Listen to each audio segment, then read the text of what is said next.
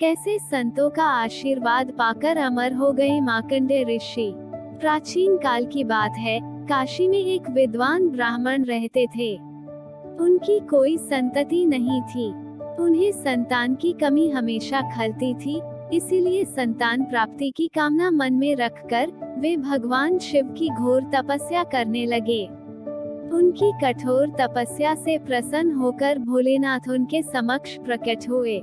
शिवजी ने उनसे वरदान मांगने को कहा। ब्राह्मण ने कहा, हे महादेव, आप तो जानते ही हैं, मेरी कोई संतान नहीं है, इसलिए मैं आपसे पुत्र प्राप्ति का वरदान चाहता हूँ। शिवजी ने कहा, तुम्हारे सामने दो विकल्प हैं। पहला विकल्प, तुम्हारा पुत्र बड़ा ही संस्कारी पर अल्पायु वाला होगा। दूसरा विकल्प, तुम्हारा पुत्र दीर्घायु पर कुपुत्र होगा, जो तुम्हें सदैव दुख देता रहेगा। अब निर्णय तुम्हें लेना है कि इनमें से तुम्हें कौन सा पुत्र चाहिए। ब्राह्मण ने भोलेनाथ से कहा, सारा जीवन दुख में व्यतीत करने से बेहतर कुछ दिनों का सुख होगा, इसीलिए मुझे एक सुपुत्र प्रदान करें। शिवजी ने कहा, तुम्हें बहुत जल्द एक पुत्र की प्राप्ति होगी जो बेहद संस्कारी होगा, पर उसकी आयु केवल 5 वर्ष ही होगी। इतना कहकर शिवजी अंतर्धान हो गए। उसी वर्ष उस ब्राह्मण के घर एक लड़का पैदा हुआ। वह बालक बड़ा ही सुंदर था। अपने बच्चे को देखकर ब्राह्मण खुश तो होते थे, पर उसकी अल्पायु के बारे में सोच सोचकर व्यथित भी हो जाते थे। इसी तरह आनंद, भय और चिंता की मिश्रित भावना के साथ वे बच्चे का पालन पोषण करते रहे। देखते ही देखते 4 वर्ष बीत गए। ब्राह्मण ने सोचा, किसी संत से मिलकर बच्चे की आयु बढ़ाने का उपाय खोजना चाहिए। ब्राह्मण उस लड़के को एक संत के पास लेकर गए। संत बोले, सिद्ध महात्मा के वचन कभी भी व्यर्थ नहीं जाते। यदि इस लड़के को किसी सिद्ध महात्मा का चिरायु होने का आशीर्वाद मिल जाए, तो इसकी उम्र बढ़ सकती है। ब्राह्मण ने पूछा, महाराज, ऐसे सिद्ध महात्मा मुझे कहाँ मिलेंगे? संत बोले, ऐसे ढूंढेंगे तो तुम्हें सिद्ध महात्मा कहीं भी नहीं मिलेंगे। इसलिए तुम सभी संतों को सिद्ध मानकर इस लड़के को सभी संतों का आशीर्वाद दिलवाओ।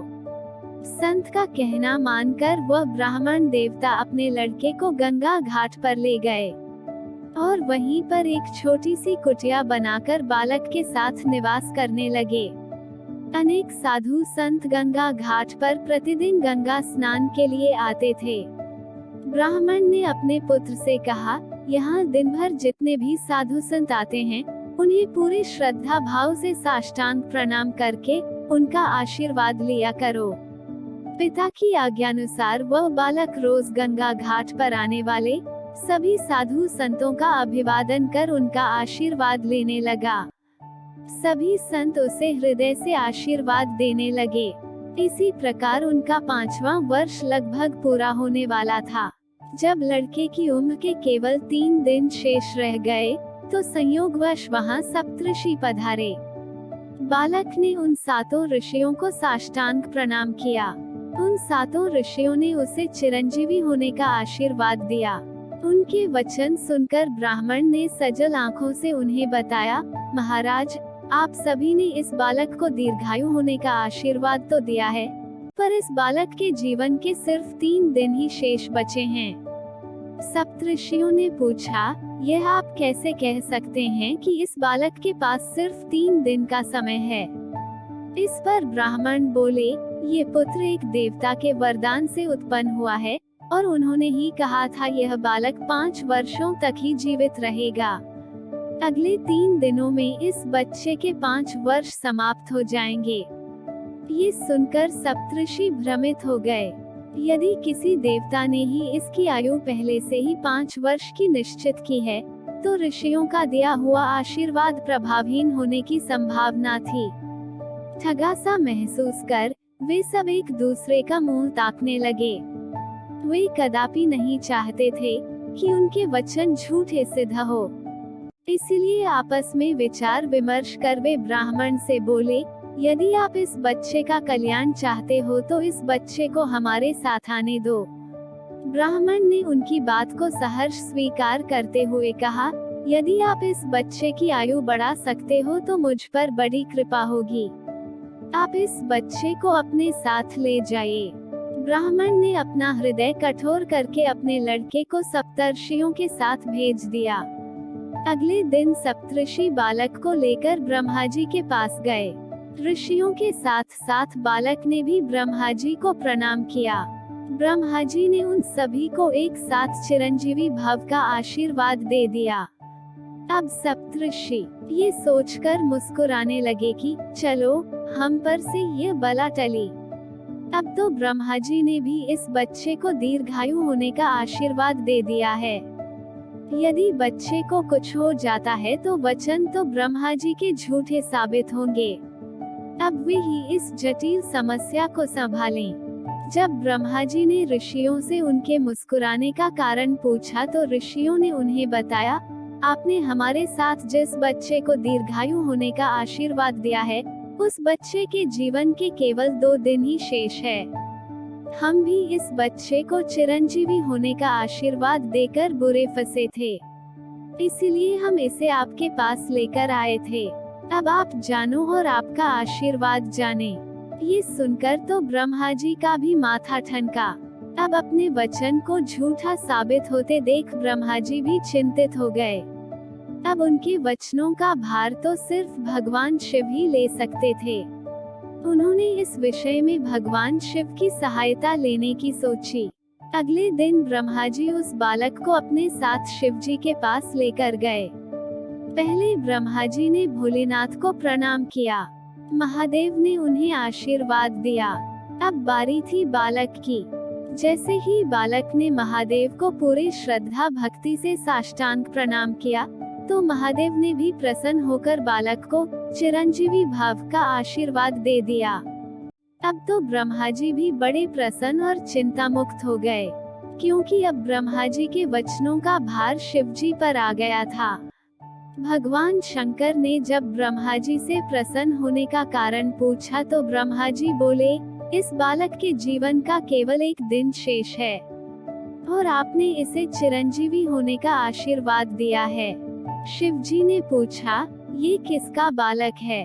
ब्रह्मा जी ने उत्तर दिया, ये काशी के ब्राह्मण का बालक है जो किसी देवता के वरदान से अल्पायु लेकर उत्पन्न हुआ है। शिव जी ने मुस्कुराकर कहा, यह बालक तो हमारे ही वरदान से उत्पन्न हुआ है। ब्रह्मा जी ने कहा, यही बालक आपके शरण आया है, आप ही इसकी रक्षा कर सकते हैं। शंकर भगवान ने ब्रह्मा जी से कहा, इस बालक को दिया हुआ आपका और मेरा आशीर्वाद निष्फल ना हो, इसलिए इसका कोई ना कोई हल निकालना ही होगा। इसलिए आप इस बालक को यहीं छोड़ जाएं।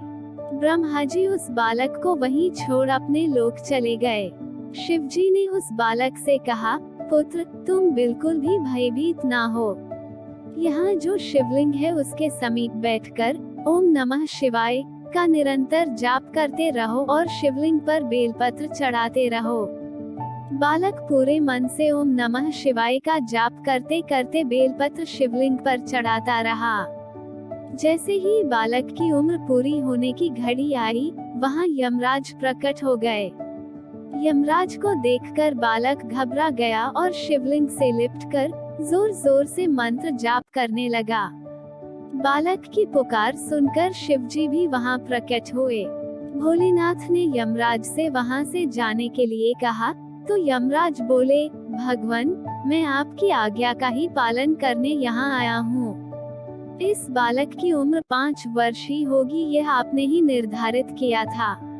अभी इसके 5 साल पूरे हुए हैं, इसीलिए मैं इसे अपने साथ ले जाने आया हूँ। वरदान तो शिव जी ने 5 वर्ष जीवित रहने का ही दिया था। अपने वचन से पीछे हटना भी सही नहीं था, पर उसी बालक को सप्तऋषियों ने, ब्रह्मा जी ने तथा स्वयं शिव जी ने चिरंजीवी होने का आशीर्वाद भी दिया था। अब दोनों विपरीत वचनों में तालमेल बिठाना जरूरी था। कुछ सोचकर भोलेनाथ ने यमराज से कहा, मैंने इस बालक की आयु 5 वर्ष की निर्धारित की थी। पर क्या मैंने पृथ्वीलोक के 5 वर्षों का उल्लेख किया था? यमराज ने उत्तर दिया, नहीं भगवन। इस पर भोलेनाथ ने कहा, हे यमराज, यह बालक 5 वर्ष ही जीवित रहेगा, पर पृथ्वीलोक के 5 वर्ष नहीं, शिवलोक के 5 वर्ष। और शिवलोक के 5 वर्षों की गणना मैं आपको सिखाता हूँ। 4,32,000 वर्ष कलयुग की अवधि होती है, 8,64,000 वर्ष द्वापर युग की अवधि होती है, 12,96,000 वर्ष त्रेता युग की अवधि होती है, 17,28,000 वर्ष सतयुग की अवधि होती है। इन सभी 4 युगों को जोड़कर एक चतुर्युग होता है। ऐसे 71 चतुर्युगों का एक मनवंतर होता है, ऐसे 14 मनवंतरों का एक कल्प होता है। ब्रह्मा जी का एक दिन ऐसे 2 कल्पों के बराबर होता है। ब्रह्मा जी की आयु 100 वर्षों की होती है और 10 ब्रह्मा की आयु के बराबर मेरा एक दिन होता है। अब ऐसे दिनों वाले 12 महीनों का एक वर्ष और ऐसे 5 वर्ष की आयु मैं इस बालक को प्रदान करता हूँ। यमराज ने हाथ जोड़ लिए और कहने लगे, हे भोलेनाथ, आपके एक दिन में 10 ब्रह्मा जी बदल जाते हैं, तो मेरे जैसे यमराजों की क्या गिनती है। आपने एक ही शब्द से बालक को अमर बना दिया है। मेरा अब यहाँ कोई काम नहीं। शिवजी को प्रणाम करके यमराज वहाँ से अंतर्धान हो गए। यही बालक आगे चलकर मार्कंडेय ऋषि के नाम से विख्यात हुआ। मार्कंडेय ऋषि ऐसे ऋषि हैं जिनका कल्पों के अंत में होने वाले प्रलयों में भी नाश नहीं होता। देखा जाए तो मार्कंडेय ऋषि को अमृतत्व का वरदान संतों और ऋषियों के आशीर्वाद से ही प्राप्त हुआ। संतों के आशीर्वाद से ही उन्हें सप्तऋषि, उनके पश्चात ब्रह्मा जी और अंत में भोलेनाथ का चिरंजीवी होने का आशीर्वाद मिला, जिसके फलस्वरूप उन्हें अमृतत्व मिला। इसलिए शास्त्रों में संतों के आशीर्वाद को बड़ा महत्व दिया गया है। इसी तरह की अन्य कहानियाँ सुनने के लिए please like and share the story and subscribe to our channel story vendor. Thank you.